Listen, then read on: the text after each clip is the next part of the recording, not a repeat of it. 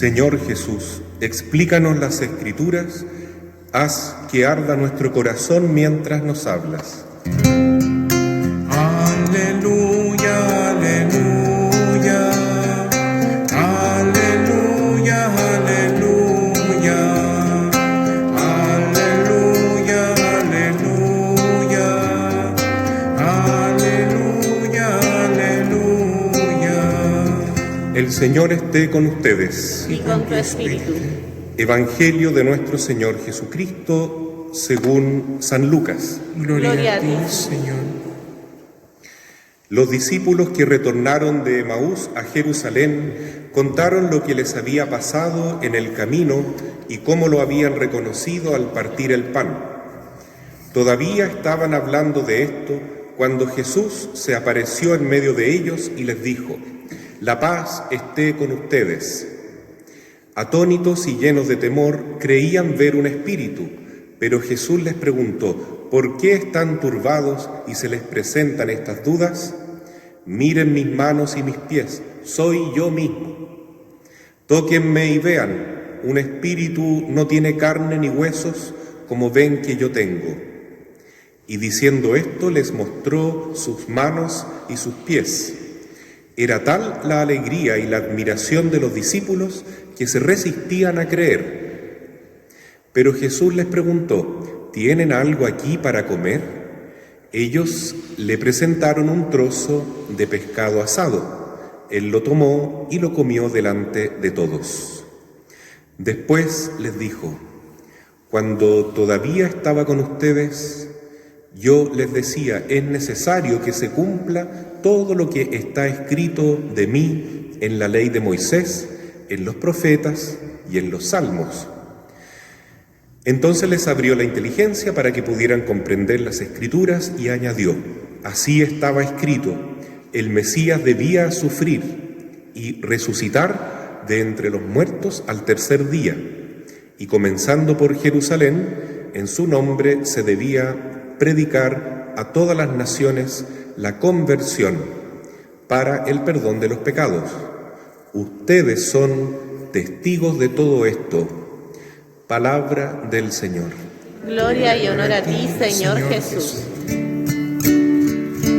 Tu palabra me da vida, confío en ti, Señor.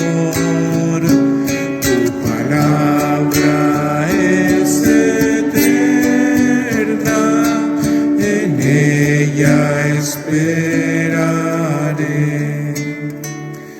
Pueden tomar asiento. Mis queridos hermanos, ya estamos en el tercer domingo de Pascua y hoy el Señor nos plantea un desafío que es ser testigos de la resurrección. El verdadero cristiano, por lo menos el cristiano que llega a la plenitud de la fe, es el testigo. Testigo. Es como el grado máximo en que se puede ser cristiano. No que uno sea un cristiano de segunda o tercera, sino es testigo. Lo que pasa es que antes de ser testigos, nos estamos preparando para una fe más plena y más madura. Y cada etapa de la preparación, cada grado de compromiso con Jesús, es necesario vivirlo y es importante y hay que valorarlo como tal. Pero tenemos una meta siempre por delante: llegar a ser testigos de la resurrección. Así termina hoy el Evangelio, en que Jesús le dice a sus apóstoles: ustedes son testigos de todo esto que yo les he enseñado. No solo con palabras, sino con hechos. Era necesario que el Hijo del Hombre viniera, que el elegido, ¿no es cierto?, por los profetas, mejor dicho, el que estaba designado, el que estaba anunciado por los profetas, por los salmos, por todo el Antiguo Testamento, esta larga historia de los judíos, era una preparación para la venida del Mesías, del ungido. El rey que viene, ungido rey, es lo mismo para los judíos. Entonces era necesario que este rey muriera, dice hoy el Señor, fuera crucificado para el perdón de los pecados y resucitara para la salvación de todos. Todo eso era necesario, ya estaba escrito. Ahora es importante que ustedes crean, pero que tengan fe de verdad. Al comienzo del Evangelio, Jesús le pregunta a sus apóstoles, cuando se les presenta en medio de ellos, ¿por qué dudan? ¿Por qué todavía tienen miedo? Mientras subsiste el miedo, quiere decir que no hay una fe madura, no somos cristianos maduros. ¿Cómo se vence el miedo? Con la confianza, la confianza. Por eso todavía no lo hacemos, pero tenemos que colocar esta frase aquí, ¿no? Con Jesús de la Misericordia. El Señor le dice a Santa Faustina que todo el mundo diga permanentemente, Jesús, en ti confío, porque si decimos eso permanentemente, vamos a comenzar a creer de veras. Ya no vamos a tener más miedo. Lamentablemente el miedo es una etapa que se vive también en la vida cristiana, pero es una etapa inmadura, es una etapa del comienzo. Y Jesús tiene paciencia con nosotros. Se nos presenta, se nos muestra, nos dice, miren, aquí estoy yo, soy de verdad, no soy un fantasma, no soy un espíritu, no soy una ilusión. Ustedes no están delirando. Esto es real. Nuestra fe es real, hermanos. Pero a veces uno duda. Les voy a hacer una prueba. Si ustedes le ofrecen, mira, ¿qué prefieres? ¿Tener 1 millón de pesos, un bono de 1 millón de pesos? ¿O recibir a Jesús en la hostia consagrada? Díganme la verdad, ¿qué elegirían? ¿El bono de 1 millón de pesos? ¿O recibir a Jesús en la hostia consagrada? Yo también me hago la pregunta a mí mismo, no se crean que uno tiene una fe muy madura tampoco, ¿no? Si a mí me ofrecen 1 millón de pesos, lo pensaría, ¿no? Pero es porque uno tiene una fe débil, inmadura. Y Jesús nos pregunta, ¿por qué dudan? Si nosotros creyéramos realmente que Jesús está en la comunión, en la hostia, sería, pero por lejos, lo más importante de nuestra vida. Ni siquiera todas las riquezas del mundo, ni todo el prestigio, ni todos los placeres de la tierra se compararían con esa fe verdadera del testigo. Cristo es real, no es un fantasma, no es una ilusión. Y a los discípulos les costaba tanto creer, porque su fe era inmadura, que se alegraban con Jesús, se alegraban. Tal vez nosotros, por lo menos los que estamos acá, nos alegramos de estar en la misa. Tantos católicos quisieran estar en el templo hoy y no pueden, realmente no se puede, es muy difícil. Hay muchas prescripciones, muchos problemas. Hasta nosotros ya estamos sufriendo una especie de multa. Uno sabe que es difícil salir de la casa. Pero nosotros estamos aquí y nos alegramos. Y sin embargo nos pasa lo que a los judíos no nos puede suceder, eso de que nos alegramos pero no creemos. Eso dice la palabra hoy día, ¿no? Era tanta la alegría de ver a Jesús que no lo podían creer. Decían, lo veo y no lo creo. Y Jesús, para hacerles realmente tomar conciencia que era real, decía, miren, yo no soy un fantasma, tengo sangre, tengo carne, tengo huesos, denme lo que están comiendo, pescado. Comió con ellos. Vieron que era real, no era una aparición como otras apariciones que tienen otros santos, como en Fátima, en Lourdes, que nuestra madre se aparece, pero que no todos lo ven. No, aquí era realmente Jesús en carne y hueso, glorificado, resucitado, pero real, tan real, mucho más real que nosotros mismos. Entonces ahí estaban atónitos los discípulos y Jesús les explicaba las Escrituras y les anunciaba, y ustedes son testigos, no dice serán, sino que son, porque son elegidos por Dios desde toda la eternidad, porque sus nombres ya están escritos en el libro de la vida y porque ellos serán los apóstoles, los enviados a anunciar esta buena noticia. Cristo ha resucitado. Eso es lo que dice Pedro en la primera lectura de los Hechos de los Apóstoles, cuando le habla ¿a quién? A los judíos. Eso es impresionante, hermano, porque hasta este momento Pedro y los demás discípulos tienen miedo a los judíos. Aunque ellos ven a Jesús, siguen con miedo, siguen con dudas. Entonces es necesario que venga el Espíritu Santo para superar el miedo, para superar la duda y la desconfianza. Y Pedro, entonces, vemos en la primera lectura de hoy, Hechos de los Apóstoles, ya recibió el Espíritu Santo, es otro Pedro, un Pedro valiente, un Pedro audaz, que ya no teme enfrentar a los judíos y les dice: ustedes, hermanos, a ustedes les decimos, ustedes que son hijos de Abraham, hijos de David, que son de nuestra sangre, ustedes que mataron a Jesús, y los disculpa un poco, les dice, pero en parte por ignorancia, dice, ¿no?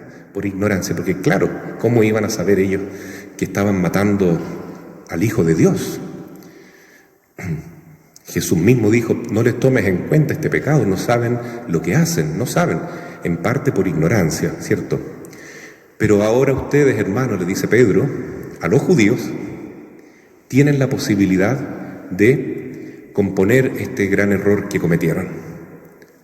Ustedes deben convertirse y aceptar a Jesús, que ha venido a salvarnos, justamente con el derramamiento de su sangre, que ustedes derramaron. Pero lo hizo para el perdón de nuestros pecados, de nosotros y de ustedes. Estamos todos llamados a la conversión. Muy valiente Pedro, ¿no, hermanos? Muy valiente, porque ese Espíritu Santo lo impulsaba a ya no ver a los judíos como enemigos.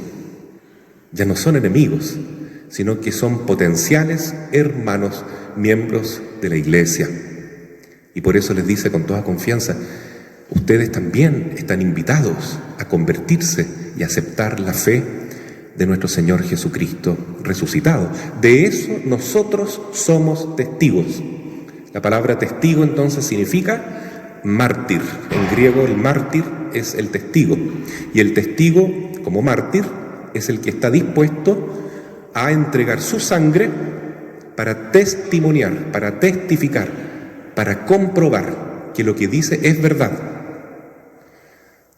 ¿Cómo será de importante para los apóstoles, para San Pablo, los demás apóstoles y para los primeros cristianos, y para tantos cristianos hoy a lo largo del mundo que, aún sabiendo que yendo a misa los pueden multar, como nos está pasando en este país, vienen a misa? En otros lugares, como en Oriente, saben que si van a la misa puede ser que explote toda la iglesia, porque están en un lugar donde el islamismo extremo odia sobre todas las cosas a los cristianos, católicos y otros hermanos también unidos en la fe. Entonces ellos son mártires, son testigos, porque ellos están dispuestos a derramar su sangre por Cristo. ¿Qué importa pagar una pequeña multa? Yo sigo confiando en Jesús, dando testimonio de Él. Pero para llegar a ese nivel del martirio, del testimonio, tenemos que ir por etapas. Primero somos cristianos espectadores, ¿no? Vamos viendo las cosas, ¿no? Vamos recibiendo, escuchando, viendo qué pasa, aprendiendo. Al principio nos sorprendemos también con las cosas, ¿no? Poco a poco nos vamos dando cuenta que Dios es real, que Él actúa en nuestra historia, que Él ha resucitado y que Él quiere vivir en nuestros corazones. Poco a poco lo vamos descubriendo, pero todavía tenemos dudas, todavía tenemos miedo, todavía tenemos un pie puesto en las categorías mundanas y otro pie puesto en el Evangelio. Todavía queremos ser ciudadanos de este mundo y por otro lado ciudadanos del cielo. Estamos ahí, ¿no? Ni blanco ni negro, ¿no? Estamos en una serie de etapas grises, pero el Señor nos llama a algo más. Después vienen los mensajeros. Los mensajeros son aquellos que en la iglesia tienen la misión de comunicar la palabra de Dios. Aquí, por ejemplo, tenemos personas que son catequistas. El catequista es por lo menos un mensajero de la palabra de Dios. Tenemos personas que colaboran en las comunidades católicas, que saben que va a venir el padrecito a la misa, entonces van y le avisan a los demás: oye, viene el padre mañana a tal hora. Son mensajeros de la fe, mensajeros de la resurrección. Esa es una etapa importante, pero todavía falta ser testigos. El testigo es entonces aquel que está convencido de la fe, que tiene una alegría tan grande de haberse encontrado con Jesús, que está tan seguro que Cristo está en la Escritura, que Cristo está en la Eucaristía, que Cristo está en mi hermano, incluso en mis enemigos, que Jesús vive en mí, que esa alegría no la puede contener, entonces necesita comunicarla, necesita compartirla. Ese es el cristiano que ha llegado a la fe madura, el testigo. Testigo. Así es que hoy pedimos al Señor esta gracia, ser testigos de la fe, testigos de Cristo resucitado. Y si estamos en una etapa previa, no nos sintamos acomplejados, todo lo contrario, vamos a camino, alegrémonos por eso. Todavía tenemos miedo de salir para ir a la misa, no importa. Nuestra casa será un pequeño cenáculo. Cenáculo es el lugar donde cenaron los apóstoles con Jesús. Cenáculo donde se celebró la primera misa, donde Jesús instituyó el sacerdocio.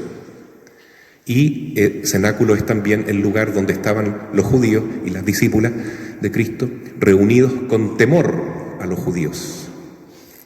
Estaban los apóstoles y las discípulas por temor a los judíos, encerrados en 4 paredes, como estamos todos hoy confinados, ¿no es cierto?, por esto de la pandemia y porque los gobiernos mundiales nos tienen a todos sometidos, muertos de miedo.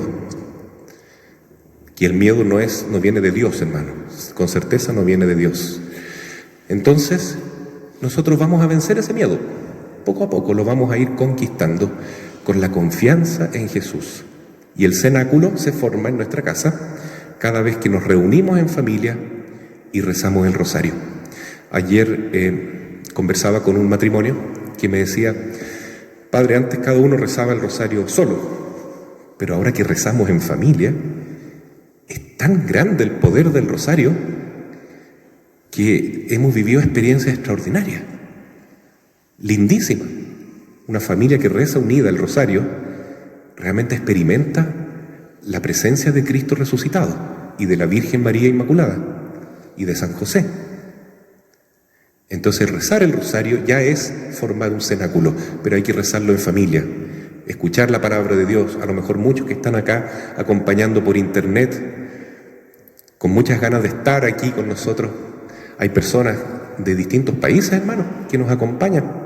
No solo ángeles, que también hay ángeles en el templo. Hay personas que están unidas por internet, pero están de corazón unidas a nosotros. Ayer en los comentarios de la misa de 7, una persona mandaba saludos y que había vivido la misa intensamente desde Polonia. Imagínense Polonia, donde está Santa Faustina, donde nació San Juan Pablo II. Entonces, hoy gracias a internet ya no hay barreras, ¿no? Estamos unidos a muchos hermanos en la fe. Entonces, nuestra casa, nuestro hogar también puede ser un pequeño cenáculo, si es que estamos unidos en la misa, aunque sea por internet, si es que rezamos el Santo Rosario, si es que rezamos para bendecir los alimentos, si invocamos a Jesús, Él se va a presentar a nosotros y vamos a estar preparándonos. ¿Para qué? Para el Pentecostés. Pentecostés significa que viene el Espíritu Santo, nos inunda totalmente y pasamos a la última etapa, ser testigos de la fe. Eso es lo que el mundo necesita. En un mundo donde el miedo predomina, donde estamos llenos de dudas, donde hay tantas elecciones, ¿no es cierto?, tantas posibilidades, alternativas, espirituales incluso. Todas están equivocadas, todas son satánicas. Cuando te ofrecen cosas de la nueva era, de astrología, del tarot, cuánta gente que busca la magia, que se van con los brujos, con los machis, con los chamanes, buscando una ayuda espiritual, porque todos tenemos necesidades espirituales, pero lo hacen de manera equivocada. Esta gente, que no es mala, pero que está en tinieblas, necesita la luz de los cristianos verdaderos, que tienen la antorcha encendida de la fe y que son testigos de la fe, y que están dispuestos a colaborar con los que están ciegos a que puedan volver a ver quién es el único que puede decir: yo soy la luz verdadera, yo soy la verdad, yo soy el único camino.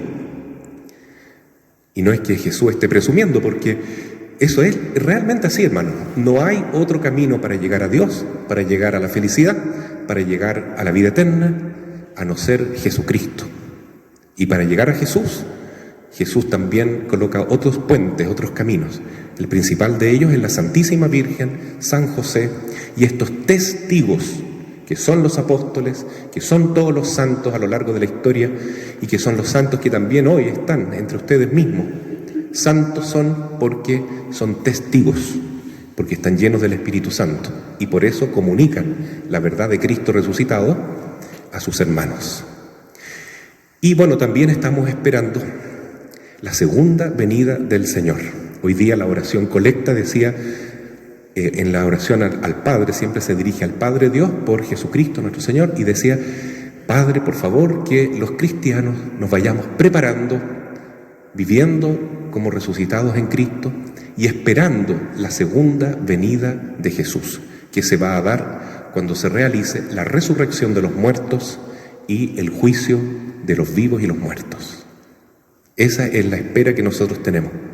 Y hoy día, como vemos que Pedro habla a los judíos, también la Iglesia nos enseña, y esto está en el Catecismo de la Iglesia Católica y desde las cartas de San Pablo y la enseñanza de los padres de la Iglesia, ya que hay un signo que Dios nos regala para saber cuándo está realmente próxima la venida del Señor. Ustedes saben cuál es ese signo, ¿cierto? No son que va a haber guerras, que va a haber problemas, no. El signo más inequívoco de que Jesús ya está muy cerca, muy pero muy cerca, es cuando se conviertan los judíos. Porque va a llegar un tiempo en la historia, esto lo dice la Biblia, repito, y lo dice el Catecismo de la Iglesia Católica, en que los judíos, nuestros hermanos judíos, van a volver a creer en Cristo. Igual que los primeros apóstoles, esa intención de Pedro de evangelizar, de convertir a los judíos, se va a realizar justo antes de la segunda venida del Señor. Así es que cuando veamos que los judíos, prácticamente en forma colectiva, en masa, una gran cantidad de judíos al menos, se conviertan, es porque ya está ahí sí, muy cerca, la segunda venida del Señor. Pero ¿por qué se van a convertir los judíos? También nos enseña el Catecismo, y lo dice el libro del Apocalipsis, y lo dice el Señor en los últimos capítulos de San Mateo, que habrá también una gran apostasía de la fe.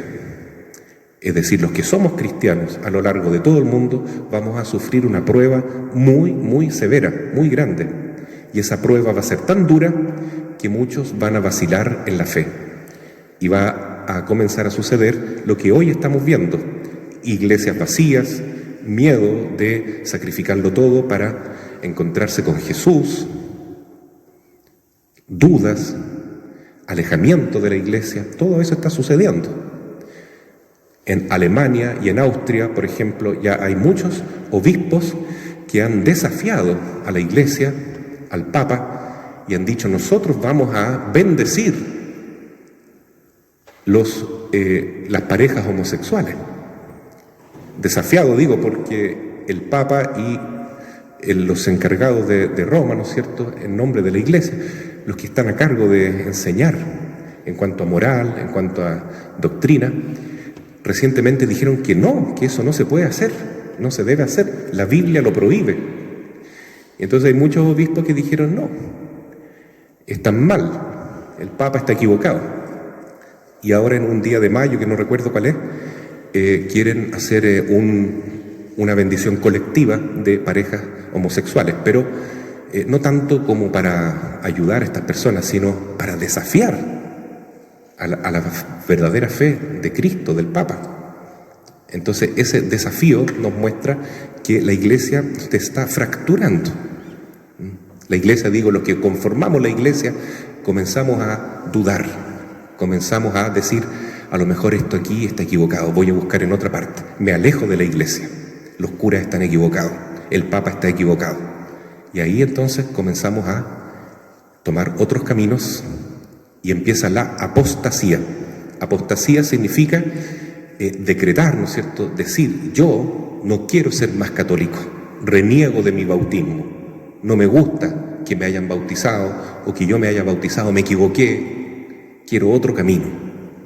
Voy a buscar otro camino, una ideología, una secta, una pseudo espiritualidad, lo que sea, pero no quiero ser más católico. No me gusta lo que enseña el Papa, lo que dice la tradición, el magisterio, ya eso está pasado de moda.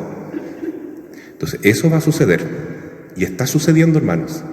Entonces, ahora es cuando tenemos que afirmarnos en la fe. Agarrémonos con dientes y uñas de Cristo resucitado, Cristo que se presenta a sus apóstoles, que está presente en la iglesia que no va a ceder a las ideologías y a las tormentas de la vida, este barquito que no se va a hundir en medio de las tempestades de la historia, porque Cristo lo prometió. Entonces no nos alejemos de la barca de Pedro, de la enseñanza del Papa y de los obispos que están en comunión con él, porque ese es el signo de que estamos perseverando y dando testimonio de nuestra fe en tiempos muy difíciles. Y para lograrlo, no confiemos en nosotros, sino en la Santísima Virgen a través del Santo Rosario, en San José, nuestro querido patrono, que más que nunca nos ayuda e intercede por nosotros, y en forma muy particular acerquémonos y amemos más y más la Santa Eucaristía. Así sea. Amén.